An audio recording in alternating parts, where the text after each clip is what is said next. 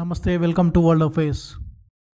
Pakistan defence minister Khawaja Asif రీసెంట్గా న్యూస్లో చాలా వైరల్ అయ్యారు.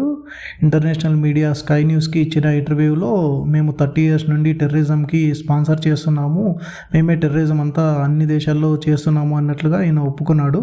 కావాలంటే మీరే ఒకసారి ఈ వీడియో చూడండి. ఈయన కొద్దిగా నోటిదల మనిషి అని కూడా చెప్పారు. Admits that Pakistan has had a long history of backing and supporting and training and funding these terrorist organizations. Well, we have been doing this dirty work for the United States for about 3 decades, and West, including Britain. రీసెంట్గా జరిగిన United nation అసెంబ్లీలో India Pakistan ఒక రేగ్ nation అని ప్రకటించింది. ఇదే ఇంటర్వ్యూని base చేసుకొని Pakistan టెర్రరిజంకి support చేస్తుందని, టెర్రరిజంకి finance చేస్తుందని, ఇంతకుముందు కూడా FATF గ్రే లిస్ట్లో ఉందని, అలాగే అన్ని దేశాలని కూడా అర్జించింది రోగ్ నేషన్గా పాకిస్తాన్ని ప్రకటించాలి అనేసి ఇండియా. అలాగే రీసెంట్గా చూస్తే మళ్ళీ నిన్న ఒక ఇంటర్వ్యూ ఇచ్చాడు పాకిస్తాన్ న్యూస్ ఛానల్కి. అక్కడ ఈయన మాట్లాడుతున్నాడు, ఇండస్ రివర్ మీద ఏ కన్స్ట్రక్షన్ చేసినా కూడా పాకిస్తాన్ డైరెక్ట్గా बिल्कुल करेंगे. देखिए, रोकने की कोशिश करते हैं, रुख मोड़ने की कोशिश करते हैं, तो फिर क्या पाकिस्तान जब कहता है जंग तस्वीर किया जाएगा, क्या इसका ये मतलब है then we can strike first also? बिल्कुल. अगर कोई इस किस्म का स्ट्रक्चर बनाने की कोशिश करेंगे, we will strike that structure. बिल्कुल we will strike that structure. That will be an act of aggression against Pakistan. वो पाकिस्तान के खिलाफ जारी है तो होगी.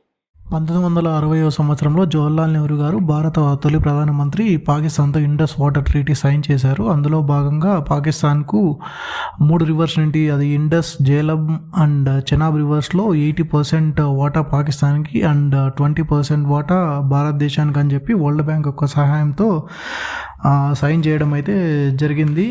కానీ ఇప్పుడు వచ్చేసరికి 2025లో పహల్గామ్ అటాక్ తర్వాత భారత్ ప్రభుత్వం పాకిస్తాన్కు ఇండస్ వాటర్ ట్రీటీ సస్పెండ్ చేస్తున్నట్లుగా వాళ్ళకి లెటర్ పంపించింది. అలాగే వాటర్ కూడా స్టాప్ చేయడం జరిగింది.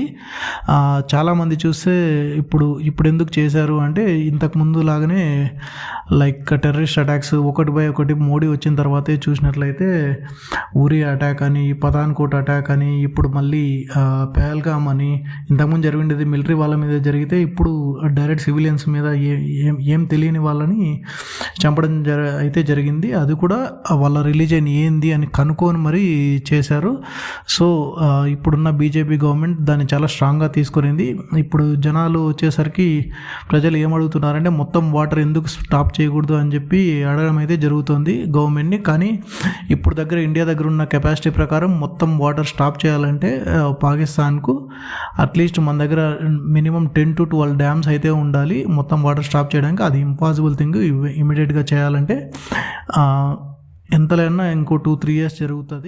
ఇండియన్ గవర్నమెంట్ మోడీ ప్రధానమంత్రి అయిన తర్వాత చెనాబ్, జేలం రివర్స్ మీద చాలా హైడ్రో పవర్ ప్రాజెక్ట్స్ అండ్ అలాగే రిజర్వాయర్స్ కట్టడం స్టార్ట్ చేసింది. అవి ఆల్మోస్ట్ ఇప్పుడు ఫినిషింగ్ స్టేజెస్లో ఉన్నాయి. కొన్ని ఆల్రెడీ ఫినిష్ అయిపోయాయి కూడాను. ఇప్పుడు పాకిస్తాన్ వాళ్ళ భయం ఏంటంటే, ఇండస్ రివర్ మీద కూడా ఏమైనా హైడ్రో పవర్ ప్రాజెక్ట్స్ కానీ రిజర్వాయర్స్ కానీ కట్టి వాళ్ళకు వచ్చే కొన్ని నీళ్ళని కూడా ఆపేస్తుందేమనే భయంతో పాకిస్తాన్ వాళ్ళు ఇలాంటి స్టేట్మెంట్స్ ఇస్తున్నారు. అది కూడా రోజు రోజుకి డోస్ పెంచి మరీ ఇస్తున్నారు. ఎందుకైనా మంచిది, మన ఇండియన్ గవర్నమెంట్ కూడా వాళ్ళ మాటల్ని సీరియస్గానే తీసుకొని మన ఎయిర్ డిఫెన్స్ సిస్టమ్స్ని లైక్ S-400ని, బరాక్ ఎయిర్ డిఫెన్స్ సిస్టమ్ని మన బార్డర్ స్టేట్స్ అయిన పంజాబ్లోను, రాజస్థాన్లోను, అలాగే జమ్మూ కాశ్మీర్లోనే డిప్లాయ్ చేయాలి. అలాగే ప్రజలందరూ కూడా ఇండియన్ గవర్నమెంట్కి ఫుల్ సపోర్ట్ చేస్తూ సహకారాలు అందించాలి. Thank you for watching. జై హింద్.